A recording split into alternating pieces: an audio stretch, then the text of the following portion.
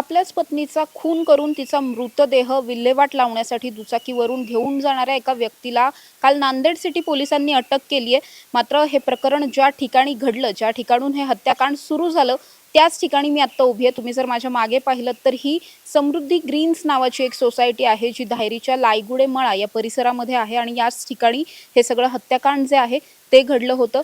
या सोसायटीची G B wing आहे, जी आता समोर दिसते, याच बी विंगचा जो पहिला मजला आहे, त्या पहिल्या मजल्यावरती जो फ्लॅट आहे, त्या फ्लॅटमध्ये हा आरोपी त्याच्या पत्नीसह राहत होता। आणि त्याच ठिकाणी आपण जर पाहिलं तर राकेश राम नाईक निसार असं या व्यक्तीचं नाव आहे, तर बबिता राकेश निसार असं मृत्यू झालेल्या महिलेचं नाव आहे, अर्थात या आरोपीच्या पत्नीचं नाव आहे। हे दोघेही मूळचे यूपीचे होते, फतेहपूरचे होते आणि गेल्या 1.5 वर्षांपासून ते या ठिकाणी राहत असल्याची माहिती समोर येते। हा जो आरोपी आहे तो मोलमजुरीची कामं करायचा, त्यांच्याबरोबर त्यांचा एक 8 वर्षांचा मुलगा सुद्धा याच ठिकाणी राहत होता। या पती पत्नीमध्ये किरकोळ कारणावरून सतत वाद होत असायचे आणि अशाच पद्धतीचा वाद जो आहे तो त्या रात्री सुद्धा झाला होता। खरं तर त्या दिवशीचं कारण असं होतं की हा जो आरोपी आहे, या आरोपीच्या वडिलांना काही पैशांची गरज होती, त्यासाठी त्याच्या वडिलांनी त्याला फोन केलेला होता। त्यानंतर या आरोपीची जी पत्नी आहे तिने हे पैसे देण्यासाठी नकार दिला आणि त्यावरूनच या दोघांचे खूप जास्त वाद झाले आणि याच वादातून पहिल्यांदा बबिता हिने स्वतःला गळफास लावून घेण्याचा प्रयत्न केला, मात्र त्यामध्ये हा जो आत्महत्येचा प्रयत्न होता तो फेल गेला आणि त्याच्यानंतर या दोघांचे वाद जास्त वाढले आणि याच वादातून त्याने स्वतःच्या पत्नीची गळा दाबून हत्या केली आणि हत्या केल्याच्या नंतर सुद्धा 8 वर्षांच्या मुलाच्या समोर हे सगळं घडलेलं असताना त्याच मुलाला घेऊन हा आरोपी स्वतः बाहेर हॉटेलमध्ये जेवायला सुद्धा गेलेला होता आणि त्याच्याच नंतर हे संपूर्ण जे हत्याकांड आहे ते समोर आलेलं पाहायला मिळतं।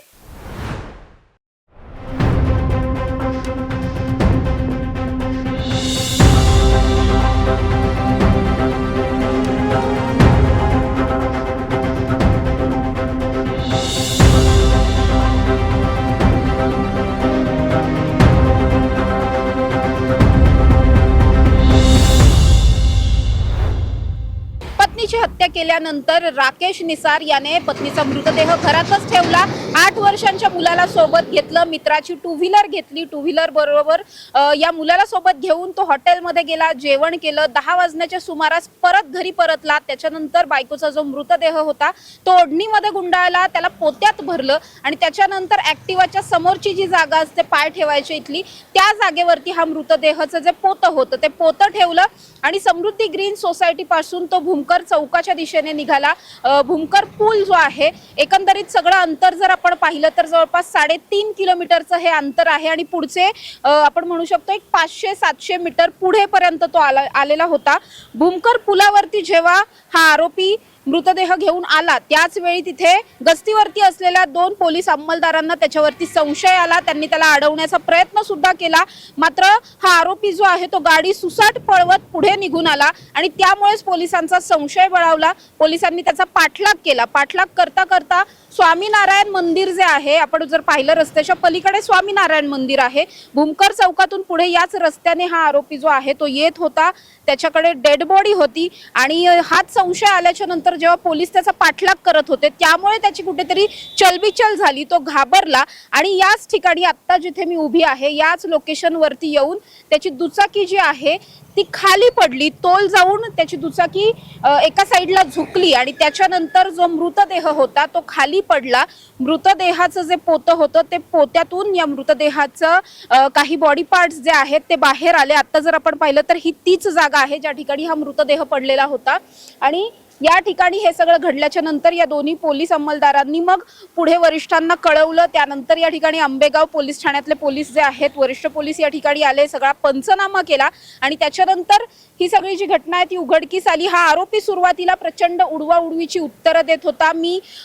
आपण जर पाहिलं तर माझ्या एका मित्राला मृतदेह हवा आहे आणि त्यामुळे मी हा मृतदेह त्याच्यासाठी घेऊन चाललोय असं तो सांगत होता।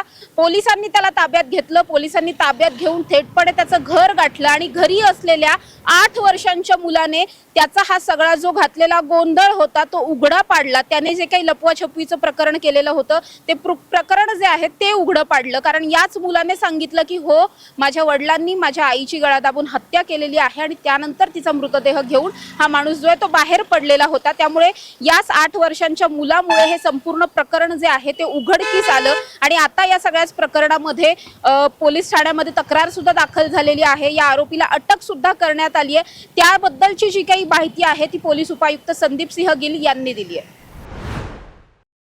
काल नांदेड सिटी पोलीस स्टेशन याचे ज्युरिस्डिक्शनमध्ये एक ठिकाण आहे लायगुडे माळा।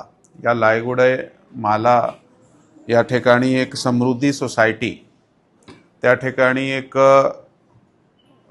UP वरून आलेला कपल 1.5 वर्षापासून राहत होता।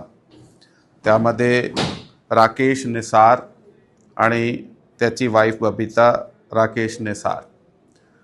तर त्याचा घरगुती भांडण काही दिवसापासून चालू होता, पैशावरून वाद होणे किंवा पर्सनल काही वाद होणे।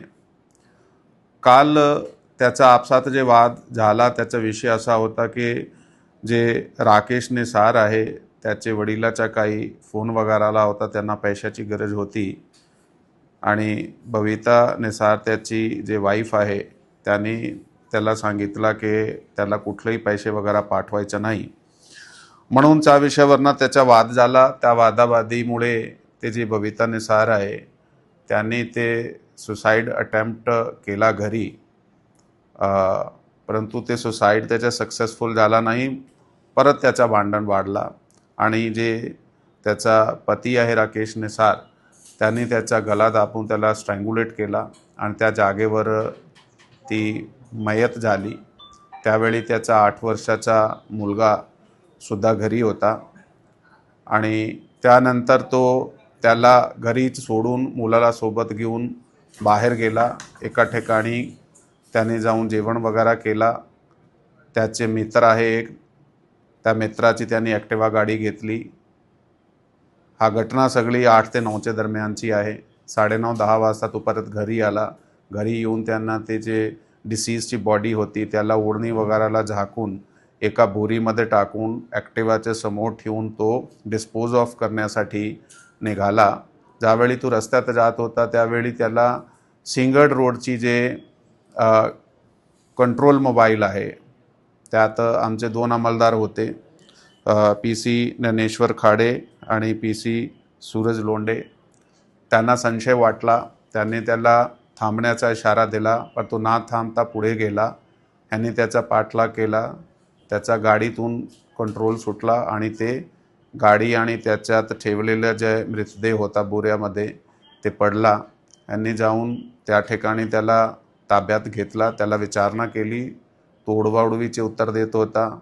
मग त्याच वेळी आंबेगाव पोलीस स्टेशनचे नाईट ऑफिसर त्या ठिकाणी आले। मग हे सगळा प्रकरण समोर आला की त्या बोरीमध्ये त्यांनी एक मृतदेह जे आहे ते ठेवला होता। पुढची इन्क्वायरी केल्यानंतर तो कुठे राहत आहे, त्यांनी कोणाचा मर्डर केला आहे ते सगळा समोर आला आणि नांदेड सिटी या ठिकाणी मर्डरचा जे ऑफेन्स आहे दाखल करण्यात आलेला आहे। आरोपी आमच्या ताब्यात आहे। या पुढचा जे तपास आहे चालू आहे। तो मजुरीचं काम करत होता, लोखंड वगैरे उचलण्याचा। पार्श्वभूमीमध्ये तसे गुन्हेगाराची पार्श्वभूमी नाही आहे। मूळ ते फतेपूर डिस्ट्रिक्ट UPचे आहात। साधारण आतापर्यंत जे माहिती आहे ते 1.5-2 वर्षापासून इथे आहात। आता घरी जे घटना घडली आहे तो त्याच वेळी घरी होता आणि त्याचा आम्ही ते जे चाइल्ड राईट्स आहे त्याच्या खाली त्याचं स्टेटमेंट वगैरे जे आहे ते चालू आहे आमचं। त्यांनी ओढणीला फॅनला ओढणी टाकून करण्याचा प्रयत्न केला होता, परंतु ते सक्सेसफुल झाला नाही। परंतु त्याच्या भांडणी चालू होता ना, त्यामध्ये ते भांडणामध्ये हे घडलेली गोष्ट आहे सगळी। ते पैशाच्या नाही डिटेल नाही आपल्या, त्याच्याबद्दल सध्या काही इन्फॉर्मेशन नाही आहे।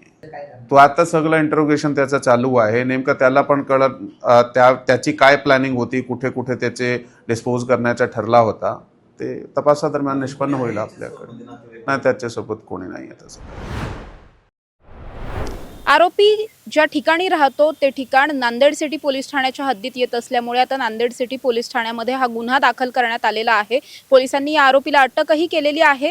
त्याची लवकरच मेडिकल चाचणी जी आहे ती होणार आहे आणि त्यानंतर त्याचं इंटरोगेशन म्हणजेच त्याच्याकडून त्याने हा गुन्हा नेमका का केला, कशासाठी केला, कसा केला, या सगळ्याच गोष्टींची चौकशी जी आहे ती सुद्धा होणार आहे. त्यानंतर त्याला कोर्टामध्ये प्रोड्यूस केलं जाईल आणि त्यानंतर कोर्टाकडून नेमकी किती दिवसांची पोलीस कोठडी मिळते हे पाहणं महत्त्वाचं असणार आहे. कॅमेरा पर्सन निलेशसह समृद्धी जाधव, टॉप न्यूज मराठी, पुणे. साठे स्कूल प्री प्रायमरी पासूनच करून घेतं फाउंडेशन पक्क करण्याची तयारी. म्हणूनच साठे शिक्षण समूहाच्या कित्येक विद्यार्थ्यांनी घेतलीये करिअर मध्ये उंच भरारी. 2025-26 या शैक्षणिक वर्षाकरिता आपल्या पाल्याचा आजच प्रवेश घ्या.